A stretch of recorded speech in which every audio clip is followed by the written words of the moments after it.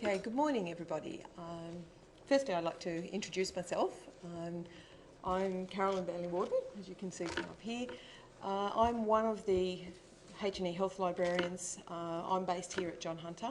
I'm not sure whether you're all aware, but we do have libraries based across the area. And this is one topic that has come to the surface as a needy area. Doesn't seem to be much in the Hunter New England area for reference management and for storing references. So we thought we'd let you know what we know, and hopefully this is a starting point for a lot of you. For those of you who are less familiar with what EndNote is and what it does, EndNote is a reference management software. And what that means is it will store references for you. So if you're doing your research and you find articles that are relevant to what you're doing, you can actually store these references. The actual citations, you can store the full text as well, but we'll discuss that a little bit further down the track. But the main point is that it will store the citations for you. So you can actually have a list of things that you've found, and it doesn't have to be all found at once. You can add to it continually. You can search databases and export directly from those databases into your EndNote library. And it can be a CAP based Ovid database, it can be ProQuest, it can be journal websites that you're getting your references from. You can search online resources like databases, library catalogues from within EndNote as well. You can share those references. Once you've actually collected an EndNote library, with the web-based one that we're discussing today, you can actually share folders of resources. So if there's a group of you working on a particular topic, you can all be looking at that same group of references without everybody having to have a list of references themselves. And you can then present these references in any bibliographic or referencing style that you need. So if you need to actually have the information presented in APA 6, or if you have to have the information presented in Harvard, you can actually format using your EndNote software so that it is actually presented in the right format as well. So this is just basically a summary of what EndNote is. Reference management software allowing you to organise your references in a personal database. You can keep the records of any type of things, books, journals, conference papers. You can keep track of your own documents as well, if it's a storage place for you for information. If you've written a Word document that you've got that you want to keep track of with a particular folder of references in a topic area, you can include that in your EndNote library as well. You can export directly into EndNote from electronic resources like those provided by CAP, and you can create bibliographies and insert your in-text referencing when you're writing documents, all based on the information you've got in your EndNote library. The really good thing about EndNote Online is there is a free version, which is where it comes in very handy for us.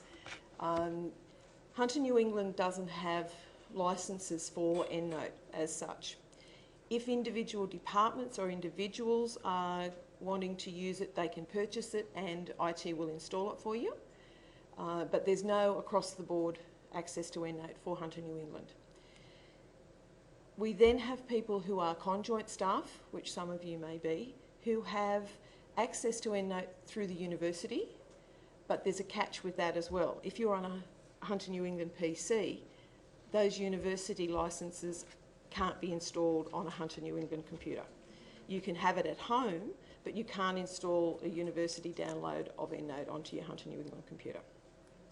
Again, this is where the online one comes in handy, be it the free, or if you have a desktop version, if you have a licensed copy, you have access to an online version as well. So those people who have their own at home or a university-based one at home, you can set up your online one and you can see that from work, and it will synchronise the two. The majority of people within Hunter New England that we've come across don't have that advantage. So hence the free version that we're looking at. It will be useful and successfully useful for most people's purposes, unless you are doing a huge project or have huge amounts of data that you need to store, the web-based free one will be sufficient. You can see there a comparison between what the free one gives you and what the desktop one, licensed copy, will give you. So you need to consider that if you're going into this as well. But if you're doing a group of people just writing some papers within Hunter New England, or if you're studying and you have references, then the free one will probably serve your purposes. So you simply need to go to www.endnote.com/basic and this screen will appear. You would create your free account, just selecting that button.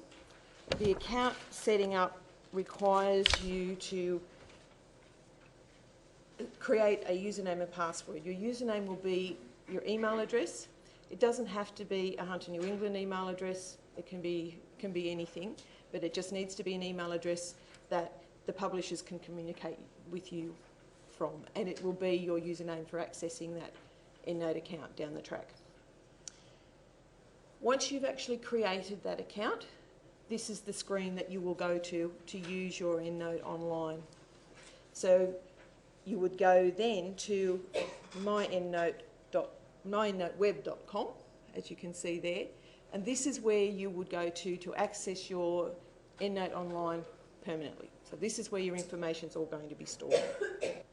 This is just the front page of what your EndNote library will look like. If any of you who are familiar with the desktop version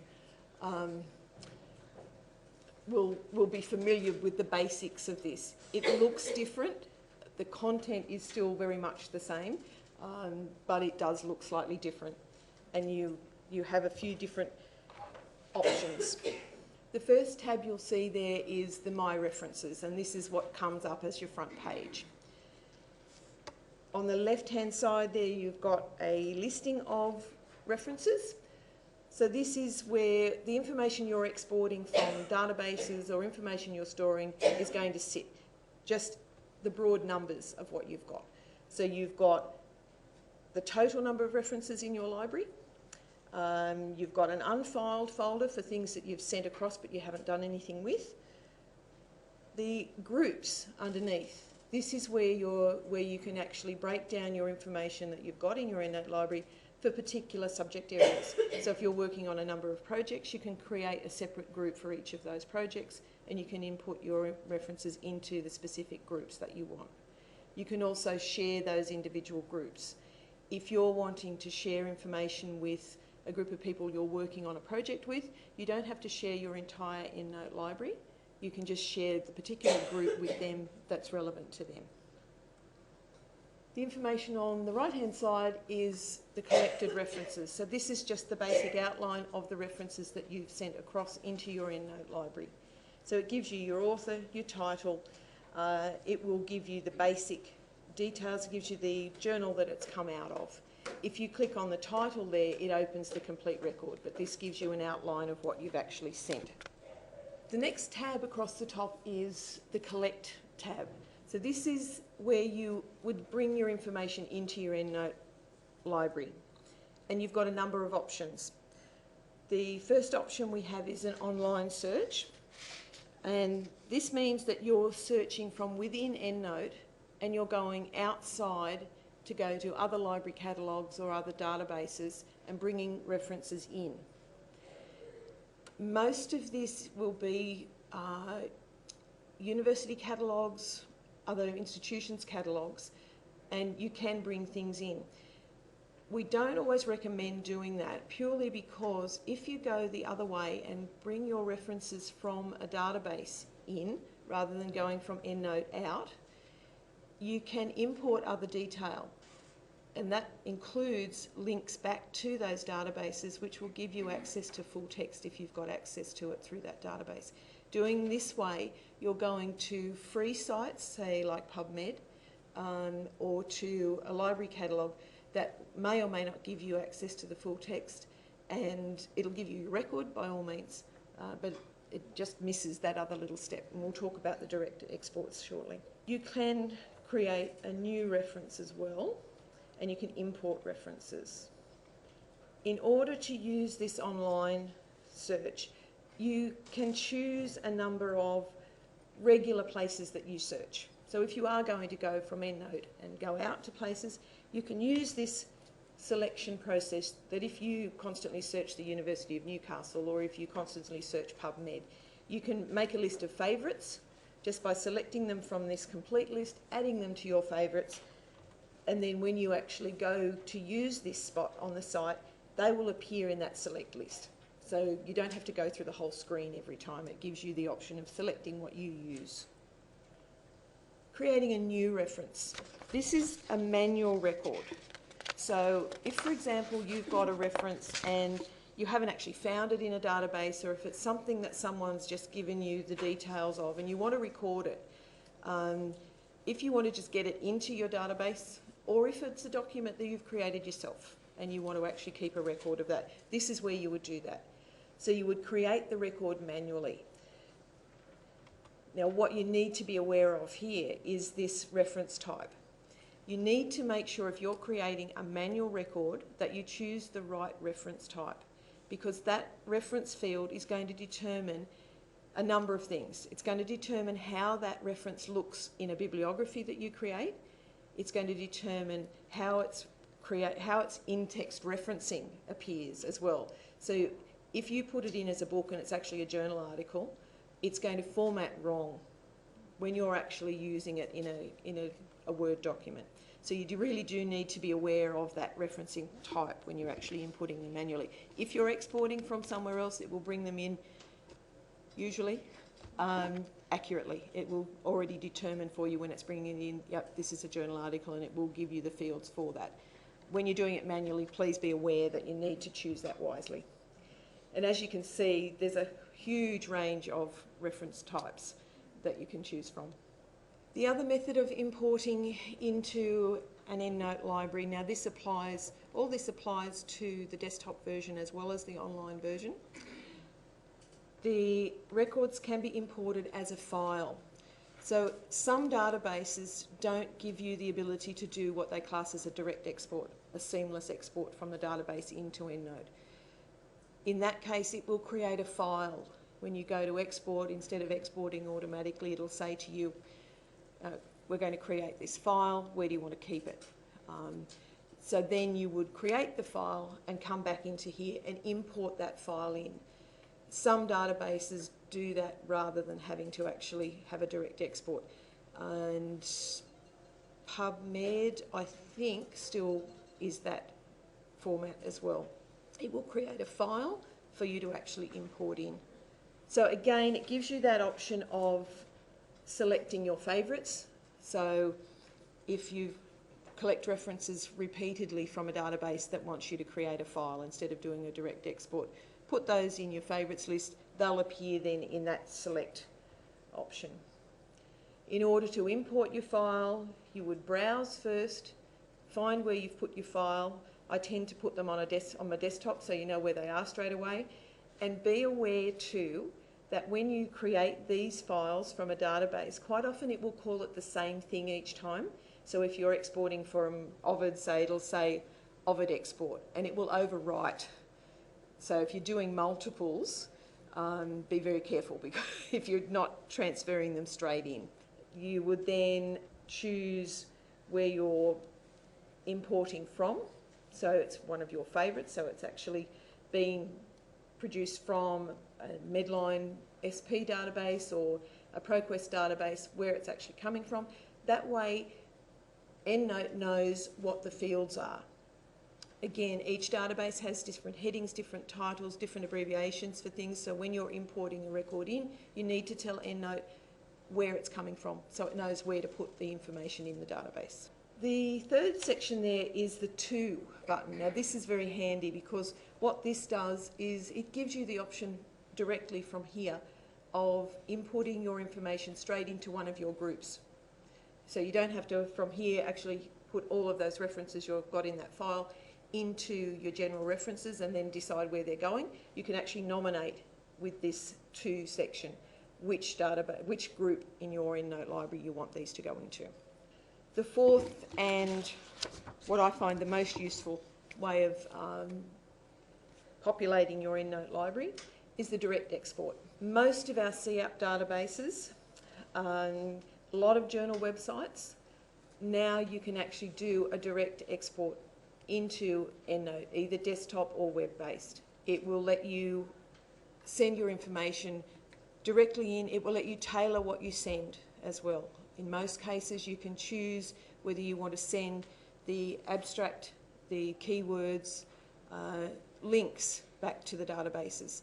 All of that is optional with this direct export, and you can just go straight to a database, choose the records you want to send. This is how I want to do it. Hit a button, it will go seamlessly in.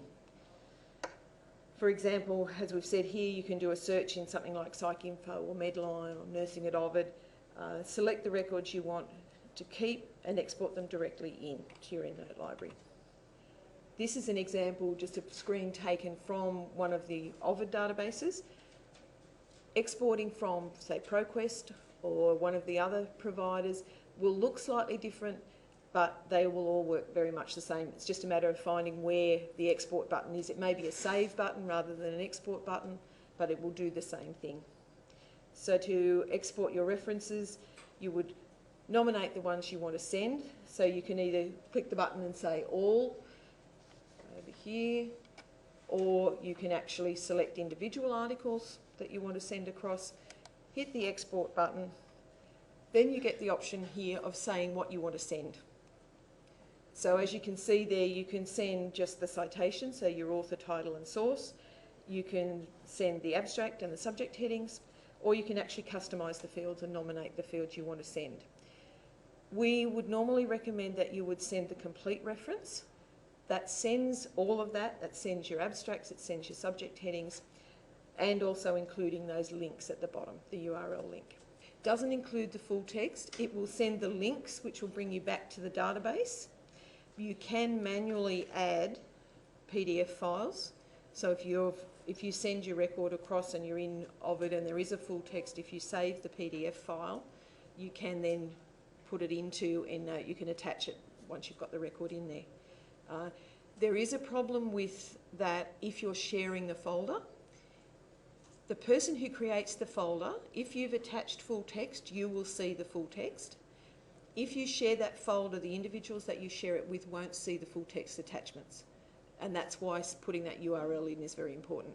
Because then, if you share the folder, that link will still take anybody who's sharing the folder back to the database. Or it should also work if you've got PDF files sitting on your local server. You should be able to put the detail of where that is into your record as well. And that will give anyone you share with access to that full text that way.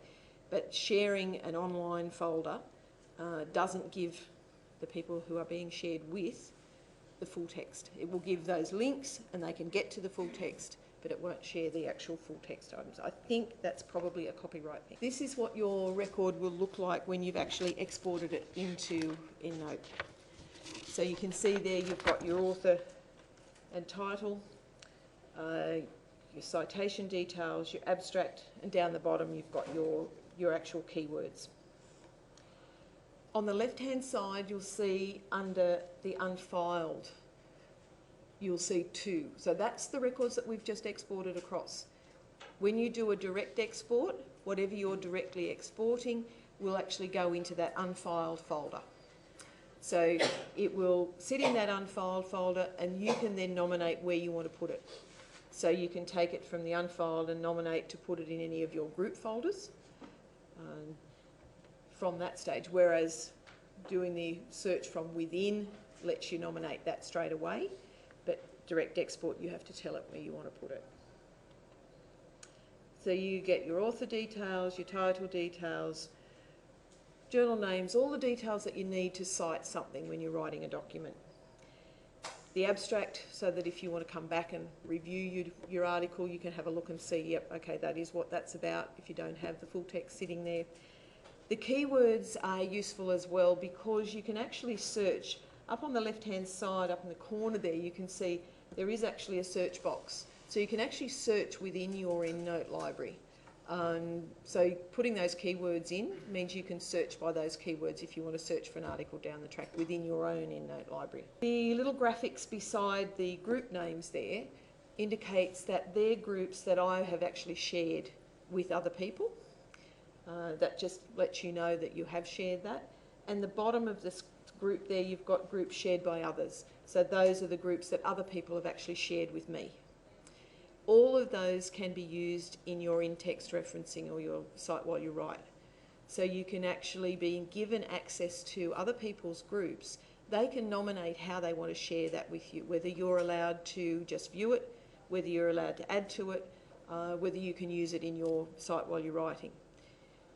If people have given you that right, you can change in your own system. If you're doing a paper and you don't want to be searching through everything in your EndNote list, you can actually say, no, I don't want to include those in my search. So I'll show you where that sits in a minute as well. So you don't have to go through everybody else's shared folders if you don't want to. Our next tab here is their Organise tab. Now this gives us a number of options. This is where we would manage your own groups. So this is where you would go to share your groups, to look at groups others have shared with you, finding duplicates within your database, and manage your attachments. The main things here centre around the groups. You can organise to share your groups using this manage sharing.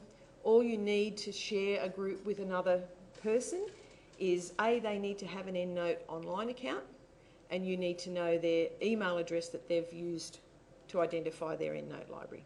And you just need to put their email address in a list, and that will share it. So they will find it on their page when they open in that bottom half of shared folders. Organising others groups. Now this is where you would go if you wanted to not have to search everything that's sitting in your list there from other people. So this tells you who owns the group that's been shared with you, tells you how many references are in there, and you can tick it or untick it according to whether you want to use it for your Cite While You Write. And that's just the steps. So you mark the groups that you want to use for Cite While You Write. Our next tab is the Format tab.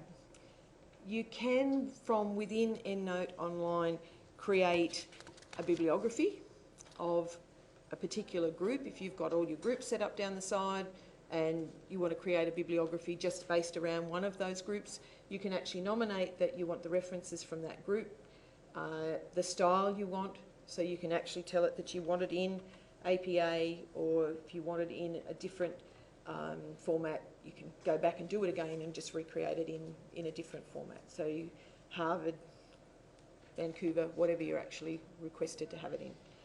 And different file formats are available there too. So you can create it as a document, as a Word document that you can actually just send off to somebody. You can create a list like you've done in the other sections of favourites. If you only use particular referencing styles, you can create a list of favourites there as well in that same way. The other important factor here is the Cite While You Write plugin. The Cite While You Write plugin is what connects your EndNote library to Microsoft Word and to the databases. The Cite While You Write plugin sits in the back end of that export directly from the databases, and it makes your database talk to Microsoft Word. Once you have the EndNote plugin installed, when you open Microsoft Word, it will have an extra tab on the top of the page, and that tab will say EndNote Web. If you have both a desktop version and a web version, it will say one or the other. It may say EndNote X6 or EndNote X7, or it may say EndNote Web, depending on what you've used last, and you can switch between the two. If you're on a Hunter New England PC, you will require the plugin. You can from here download that plugin to your computer, but unless you have admin rights on your computer, which most of us don't, you will have to get desktop services to actually do the install. What we've found has been as quick and easy is ringing desktop services and just asking them with your computer number to install the EndNote plugin. So if there's a group of you in your area who are all going to want it, just ring Desktop Services with the list of computer numbers and say, can they install the EndNote web plugin on those machines. You'll need that plugin on any machine that you're going to use in your EndNote library on to write documents. And same thing at home. So if you're accessing it at home as well, you'll need to install a plugin at home too. So it's very simple. It doesn't take any time at all. And IT can roll it out across a number of PCs at the same time. And there is Macintosh versions and Windows versions there as well. So be aware of that if you've got different technology. This is what your Microsoft Word page will look like. So there's your extra tab. So once you've installed that plugin, that tab will appear. That's the easiest way to determine whether you've actually got the plugin installed on the machine you're using. Just open Word and that tab will be there. The preferences here is where you would change it. If that says EndNote X6 and you want to be using the Word version, go to the preference button and it will give you the option of going to the opposite to whatever it is that you're actually opening here. When you're ready to write your document, you would click on that EndNote Web tab and then it gives you these options. This is where you would set your writing style. So again, if you need to be in a particular style for a presentation, you would change it there. Another really nice thing about using EndNote, both the desktop and the online version, is you can actually change that.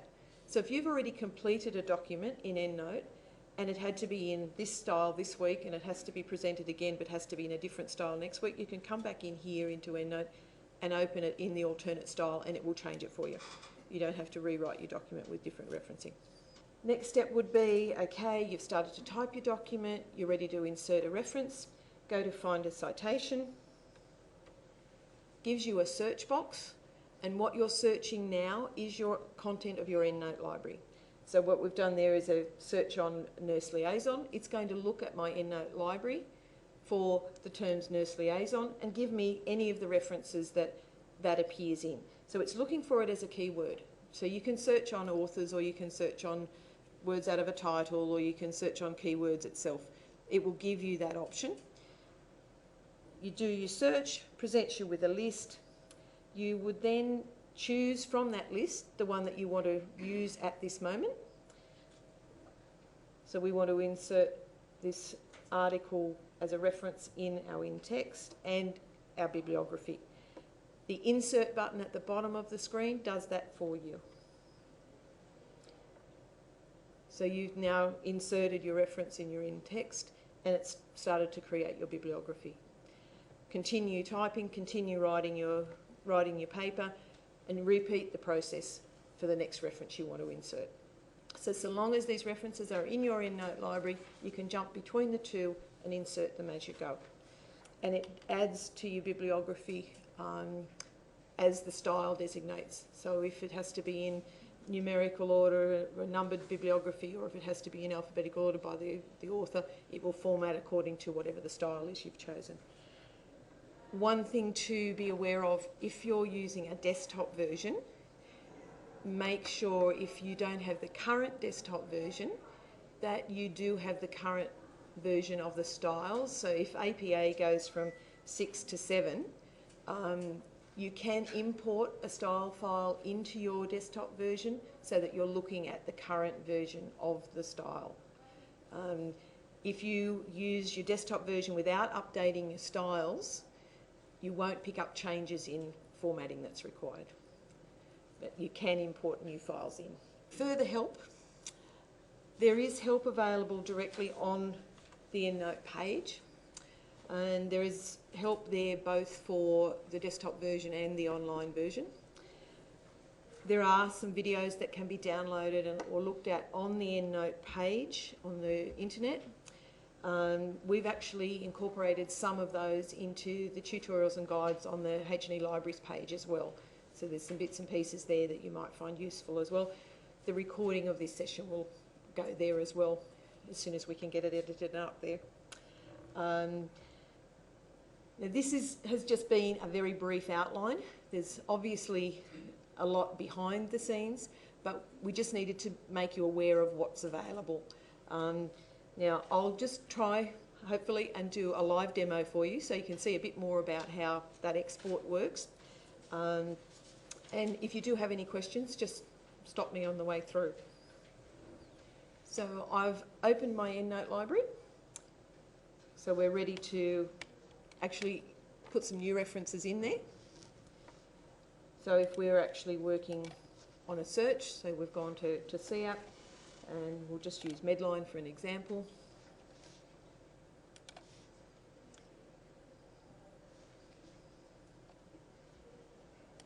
So if we just do a general search,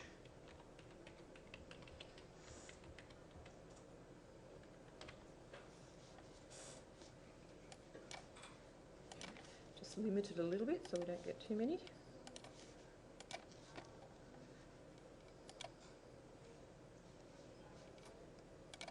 Focus it so we don't get too many as well.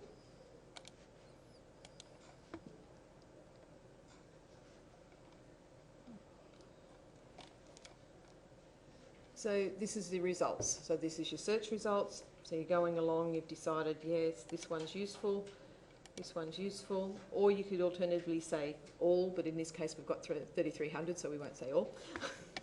It has a bit of a hiccup if you try and send that many in one go. Export.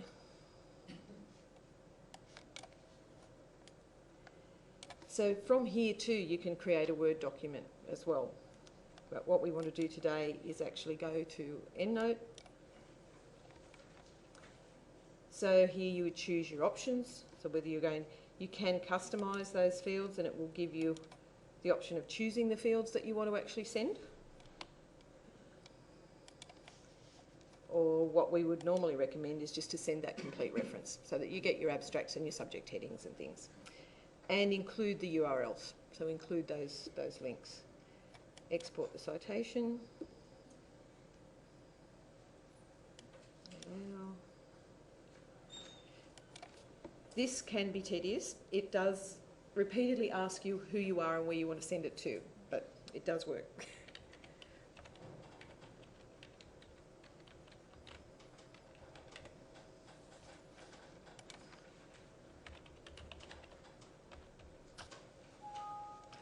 So it actually tells you when it's done it, so you know that to be aware that it's gone. When you come back into EndNote, you may have to refresh your screen or just click on a different folder before it will actually appear in your unfileds. So your records have come across. That's the format it'll come across in.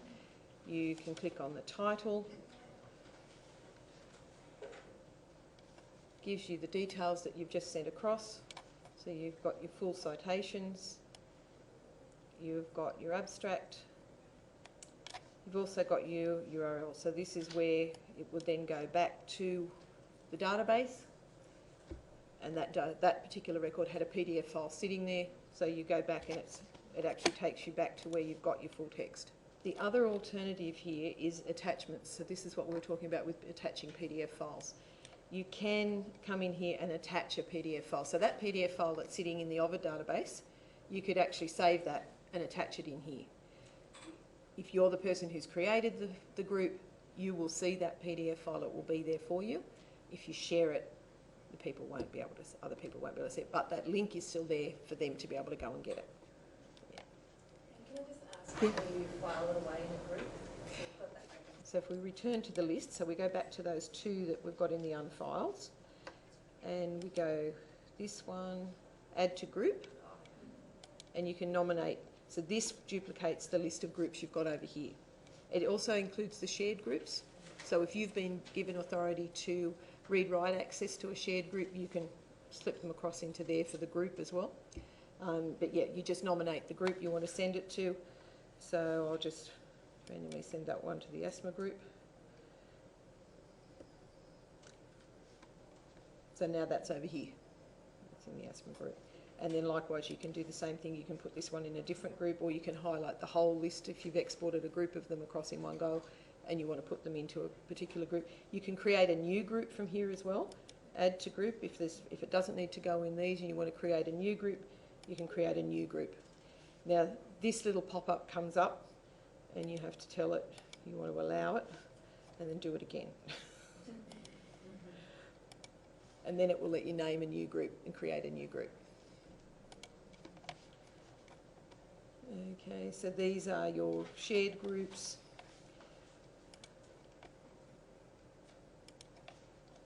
And again, actually that's the other thing I should show you there. So these are journal articles that we've sent across, so they should appear in your EndNote.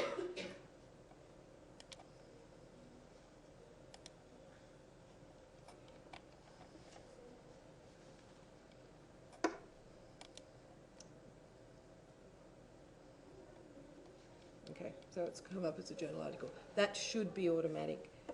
If when you're using a reference out of an EndNote library, it doesn't format properly in your in-text referencing or something, check there first. That's possibly why it's coming in the wrong format.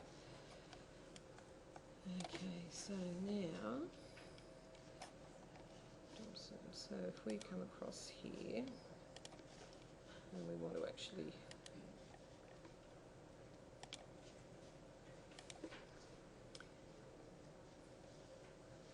so you can see we've got the EndNote web tab up here in Microsoft Word.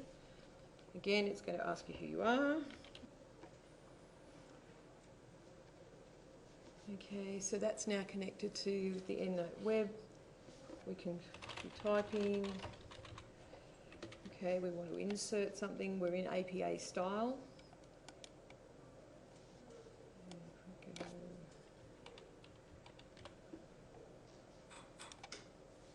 So it's picked up 2 references with the keyword of Dobson. This is the one we want. It expands at the bottom of the screen here, the details. So if you've got numerous articles by the same author, you can see more detail at the bottom of the screen, so you make sure you're choosing the right one. So if we want to insert that one. What are the options for insert? So you've got the option to insert and exclude authors. So if you're writing for something that needs to have particular quirks, you can do that there too. So if you would then continue and insert reference, you can come back and use that one, or you can do another search altogether and pick up another article altogether. So you could go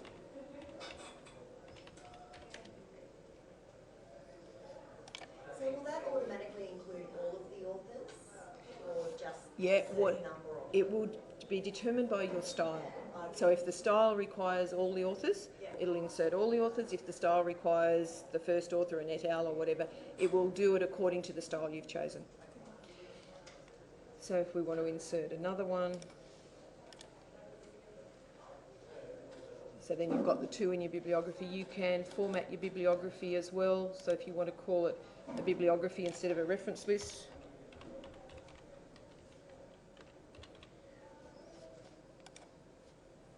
it'll change that. And if for whatever reason you need to change the style, you can tell it you want to change the writing style, and it'll do that for you too. And now if you want to change the order, edit text and change the order of the period, you just delete that bottom line and move it? No, you don't manually delete things from the bibliography. You have to actually, if you've formatted it in EndNote, so you were wanting to change the text or the text and the reference, say that bottom line HJJM2, if you want to move all of that and say, no, I want to put that up the top, I want to put that first. Okay, yep. How would you do If that? you're doing that, that shouldn't be a problem. You've got to update your citation. So you update citation and bibliography. Okay.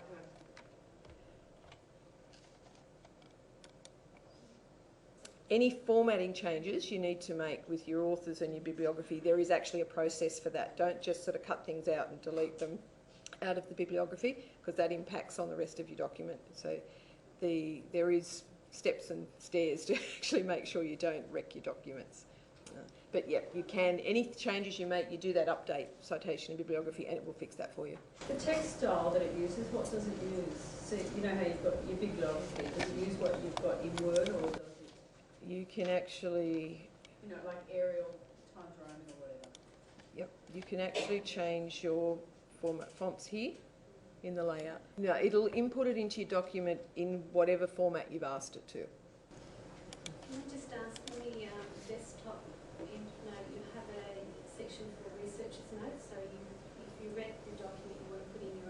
Yeah. Is there a provision for that in the web place? In the web one, there is probably, you could here attach a Word document. If you've created a document that's relevant to you, whatever your citation is here. And there's also empty fields. Did you see what I just did there? Sorry. You can hide the empty fields or include the empty fields. So there may indeed be a field that you could use to put notes in for yourself as well. Legal notes. So you could perhaps use the... Yep, so yep, you can use those fields for that as well. Yeah. Okay. You've got at the top of your webpage the EndNote 3.7 capture. Yes. How do you use that one? You can open EndNote using that.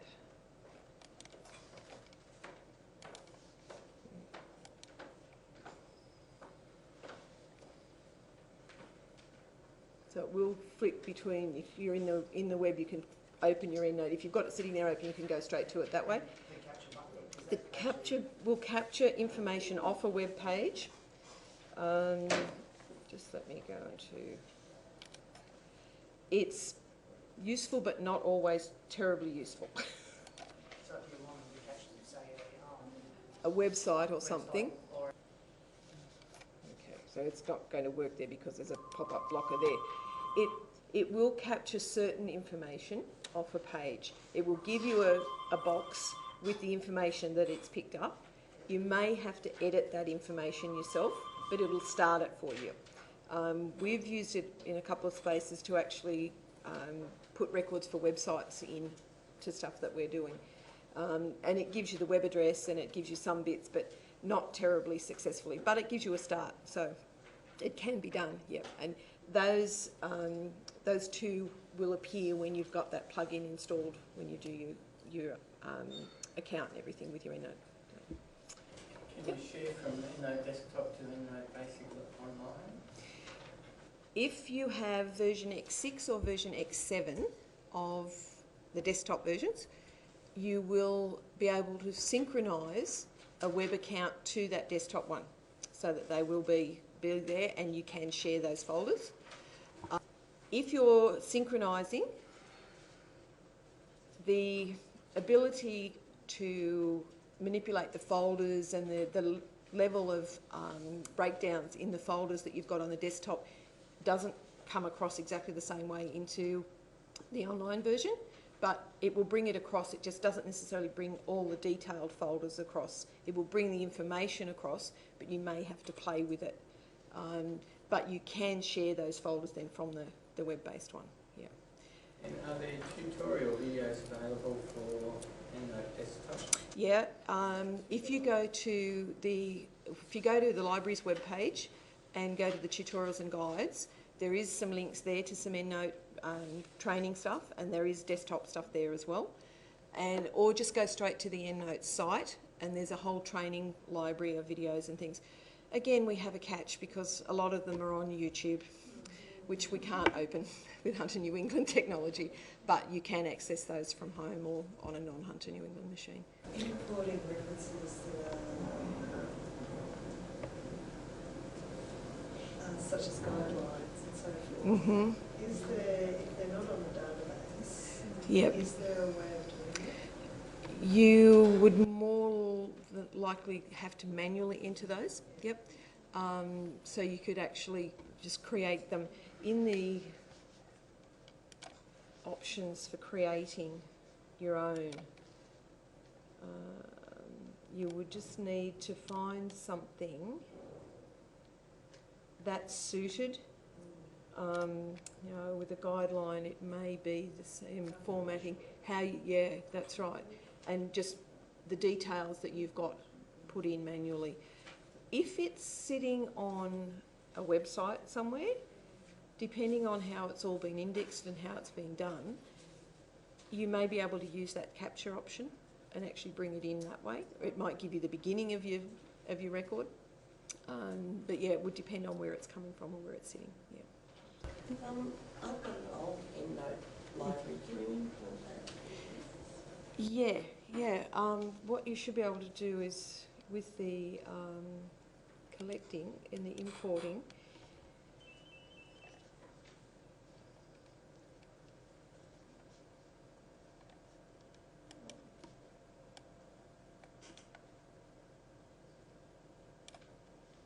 EndNote import. Okay. So if you create a file from your desktop one of all the records that are in there, Yeah.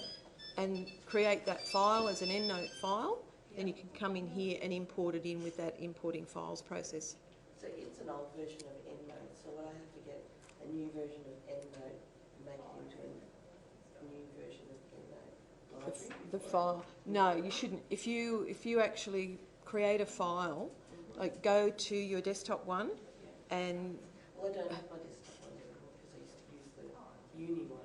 Right. So, yeah, how would it? So you don't have, where, you don't have the references or... Yeah, I've got a large EndNote library that I can't use at the moment because I don't have EndNote.